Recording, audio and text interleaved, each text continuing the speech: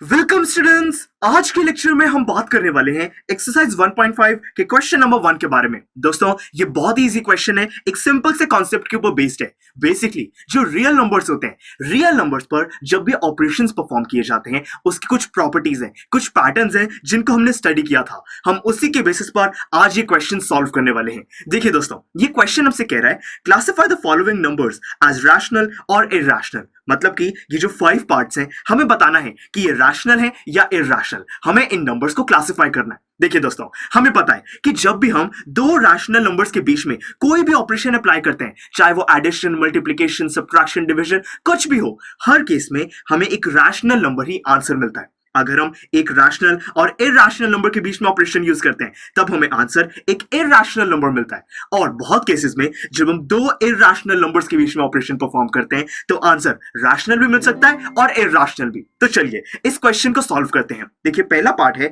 2 minus √5। अब दोस्तों यहां पे आइडेंटिफाई करते हैं कि ये माइनस जो कि ऑपरेशन है, ये ऑपरेशन किन नंबर्स के बीच में अप्लाई हुआ है। देखिए 2, मैं 2 को 2 डिवाइडेड बाय 1 लिख सकता हूं, न्यूमरेटर और डिनोमिनेटर की फॉर्म में लिख सकता हूं। 2 हमारा एक रैशनल नंबर है।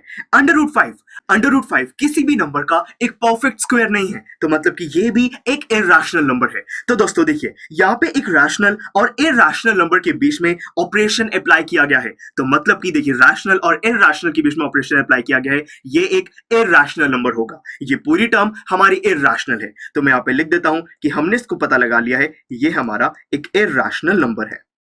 सेकेंड टर्म देखिए 3 प्लस √23 फिर ब्रैकेट है माइनस √23। बहुत ही आसान है। देखिए जो फर्स्ट टर्म है पहले इसको कंसिडर करते हैं। एक रैशनल और √23 एक इरैशनल टर्म है, तो रैशनल और इरैशनल के बीच में ऑपरेशन अप्लाई किया गया है। ये पूरी हमारी ब्रैकेट में जो टर्म है ये एक इरैशनल टर्म है। फिर हम सब्ट्रैक्ट कर रहे हैं इसको √23 से, मतलब कि दो इरैशनल टर्म्स के बीच में अब माइनस का ऑपरेशन अप्लाई किया गया है। और दोस्तों जब भी दो इरैशनल टर्म को यूज किया जाता है हमारा आंसर रैशनल भी हो सकता है, इरैशनल भी हो सकता है, यानी कि अब हमें इसको सिंपलीफाई करना होगा। तो देखिए हम क्या करेंगे, इस ब्रैकेट को ओपन करते हैं, ये बन जाएगा 3 प्लस √23 और माइनस √23।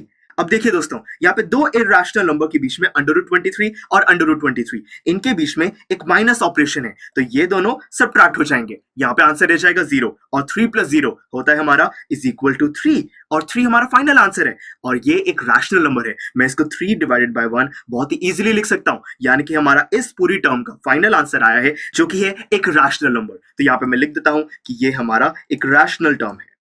थर्ड पार्ट देखिए 2√7 डिवाइडेड बाय 7√7। अब यहाँ पे देखिए जो न्यूमरेटर है 2√7, यहाँ पे 2 एक रैशनल नंबर है, √7 एक इरैशनल नंबर है, इनके बीच में मल्टीप्लिकेशन का ऑपरेशन यूज किया गया है। दोस्तों रैशनल और इरैशनल, यानी कि न्यूमरेटर पूरा का पूरा हमारा इरैशनल है, इसी तरीके से डिनोमिनेटर भी इरैशनल है। अब दोस्तों क्योंकि न्यूमरेटर और डिनोमिनेटर ये दोनों ही हमारे इरैशनल है, इनको डिवाइड किया जा रहा है, हमारा आंसर रैशनल भी हो सकता है, इरैशनल भी, तो इसको सिंप्लीफाई करना जरूरी है। तो देखिए न्यूमरेटर में √7 है, डिनोमिनेटर में भी √7 है, तो हम इसको डिवाइड कर देंगे और आंसर रह जाएगा यहाँ पे 1। जब 2 को 1 से मल्टीप्लाई करोगे आंसर 2 ही आएगा, तो फाइनल आंसर न्यूमरेटर में होगा 2 और डिनोमिनेटर में होगा 7, यानी कि 2/7। और ये एक रैशनल नंबर है, यानी कि हमारा फाइनल आंसर यहाँ पे एक रैशनल टर्म आई है। देखिए कितनी इजीली सिंप्लीफाई करके हमने ये रिकॉग्नाइज कर लिया। फोर्थ पार्ट देखिए 1 डिवाइडेड बाय √2। यहाँ पे 1 एक रैशनल नंबर है, मैं इसको 1 डिवाइड बाय 1 लिख सकता हूँ।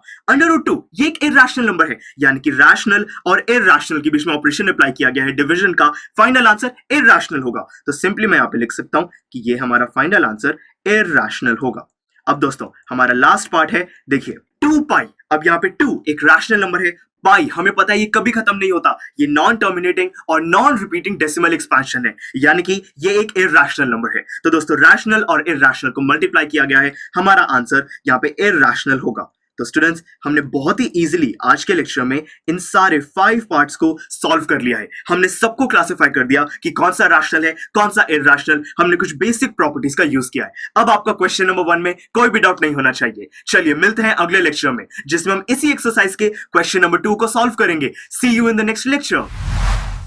आई एम श्योर स्टूडेंट्स आपको ये लेक्चर काफी पसंद आया होगा और ऐसे ही मजेदार तरीके से अपने हर एक कॉन्सेप्ट क्लियर करने के लिए डाउनलोड कीजिए पीयूस्टैक ऐप को, जहां पर आपके पास और भी बहुत सारे ऑप्शंस होंगे, जैसे कि back exercise solutions, tip videos, sample papers and much more. So what are you waiting for? Download the app now.